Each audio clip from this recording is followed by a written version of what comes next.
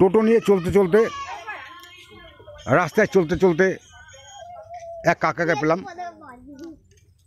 এনার একটা চিকিৎসার জন্য, কোনো একটা চিকিৎসার গাফিলতির জন্য ওনার পাটা বাদ গেছে। এটা কী করে বাদ গেল, ওনার ছেলে, এই ওনার ছেলে রয়েছেন, ওনার ছেলের ডিটেলসটা বলবে, কী করে ওনার পাটা বাদ গেল। হ্যাঁ বলুন দাদা। 2000 সালে, একটু জোরে বলবেন। 2000 সালের আগে, মানে একটু জোরে বলুন। 1900 সাল হবে। একটু জোরে বলুন। ওনার পাটা কয়লার আগুনে পুড়ে যায়, এই তলাটা, আচ্ছা, পায়ের তলাটা পুড়ে যায়। আচ্ছা, সেইটা যথারীতি এখানে টোটাল ট্রিটমেন্ট হয়।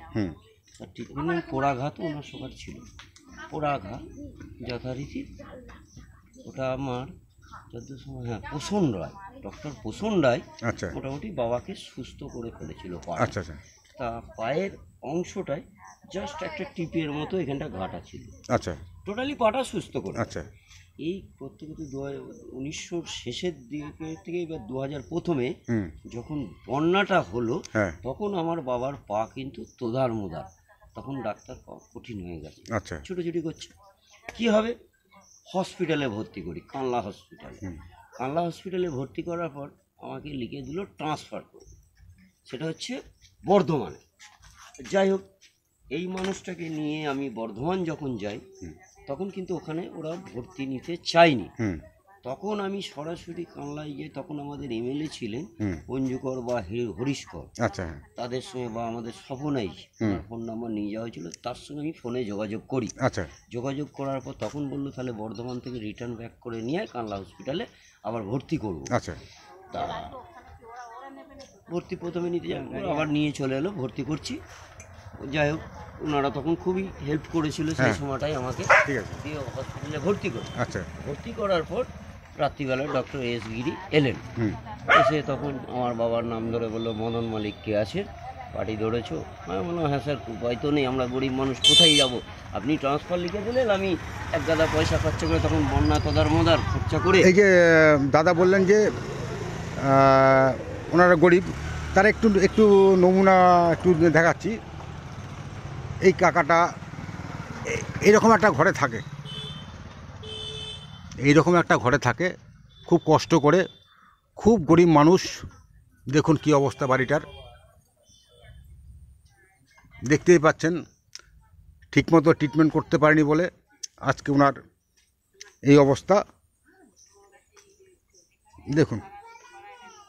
হ্যাঁ কাকা বলুন। দিয়ে তখন এসগিরি পাটা দেখে বললো, এর তো পাটা পজ ধরেছে। উনি পরিষ্কার, আমরাও জানি সেটা পজ ধরেছে, পাটা গ্যাঙ্গিং শুরু হয়ে গেছে।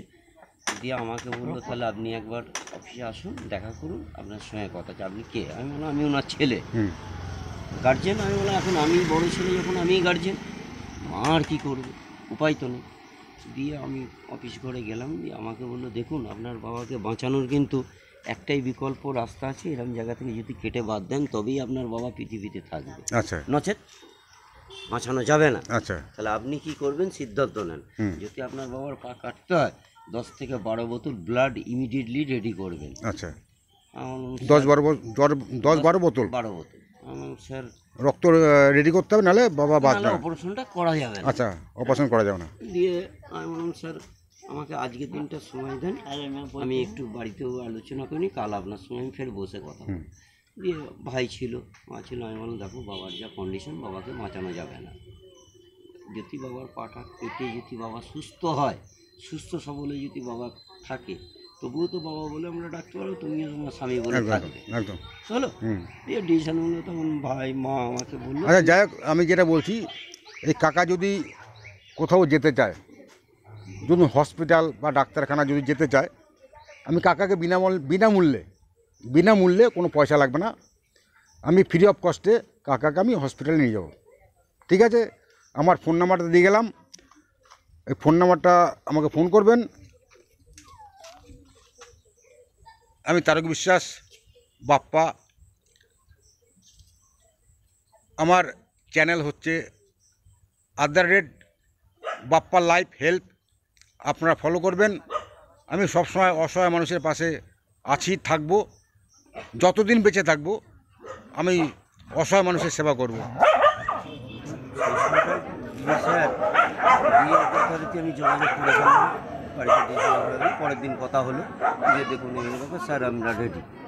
বলে ব্লাড, আমি বললাম চেষ্টা করছি, কোনো অসুবিধা নেই। দিয়ে প্রথমে আমি 3 থেকে 4 বোতল ব্লাড কার্ড মাননীয় স্বপনাই ছিলেন, ওনাকে বলাতে উনি আমায় 2টো কার্ড ব্যবস্থা করে দিল। আমার 5টা বন্ধুবান্ধব জোগাড় করলাম, তারা ওখানে ডাইরেক্ট ডোনার, তারা গিয়ে তারা ব্লাড দিয়েছে। দিয়ে হ্যাঁ ওই 8 বোতল মতো ব্লাড দিয়ে বাবার পাটা অপারেশন করা হলো। আজকে যদি গৃহ স্যার যদি পাটা অপারেশন না করতো আমার বাবা পৃথিবীতে থাকতো না। আজ কত বছর হলো, 2000 সাল থেকে 2024টা বছর এই মানুষটা ওনার দ্বারাই কিন্তু উনি বেঁচে আছেন। কি নাম ডাক্তারের? ডক্টর এস গিরি। ডাক্তার এস গিরির জন্যই মানে ভালো ট্রিটমেন্ট করেছেন বলেই কাকা বেঁচে আছেন পৃথিবীতে।